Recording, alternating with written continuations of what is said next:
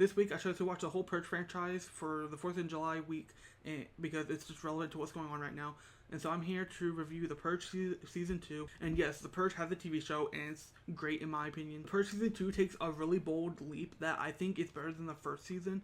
As the movie's usual blood-soaked 12-hour window, the season explores the psychological and societal aftermath of legalized chaos. Because unlike the first season, which focused solely on Purge Night itself, Season 2 begins as the sirens signal the end of the annual event. So it like takes place after the Purge and follows four interconnected stories: Marcus, Esme, Ryan, and Ben through the year leading up to the next Purge.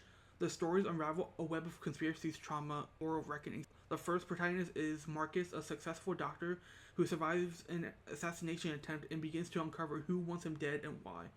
Then we have Esme, a surveillance analyst for the New Founding Fathers of America, who, like, she watches over the surveillance videos of what's going on, and she becomes a whistleblower after discovering a cover-up from the NFFA. Ryan, who is a former cop turned bank robber, uses Purge Night to pull off heists with a code of honor. Then we have Ben, a college student who's transformed by a traumatic experience into a chilling embodiment of the Purge's darkest potential. Season 2 is a socio-political thriller disguised as horror, as its central theme is violence creates violence, and this is explored through characters like Ben and Marcus, who show how trauma lingers in a society that normalizes the violence. And then with like Esme's storyline, he critiques the NFFA's grip on society, where even thoughts can be criminal. Like having the thoughts of maybe the NFFA are bad, and it leads her to become a rebellion, a rebel. And we see just from the thoughts that she's having, she's put on the most wanted list, and she's being like chased after and hunted. Ryan's heists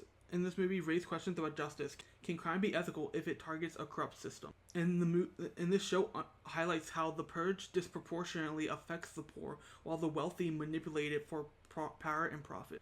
Her transformation from loyal analyst to rogue agent is subtle and emotionally charged. Derek Luke, who I know from 30 Reasons Why as like Mr. Porter, the counselor, he brings a quiet intensity to Marcus, portraying a man unraveling the lies of his life while trying to protect his family. We have Joel Allen, who's chilling as Ben.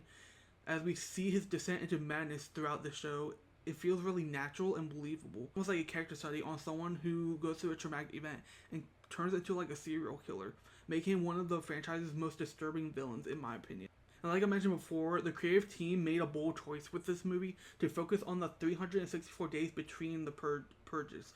And this shift allows for each episode to build on the last with cliffhangers and character arcs that reward close attention. And the cinematography leans into shadows, surveillance footage, and stark lighting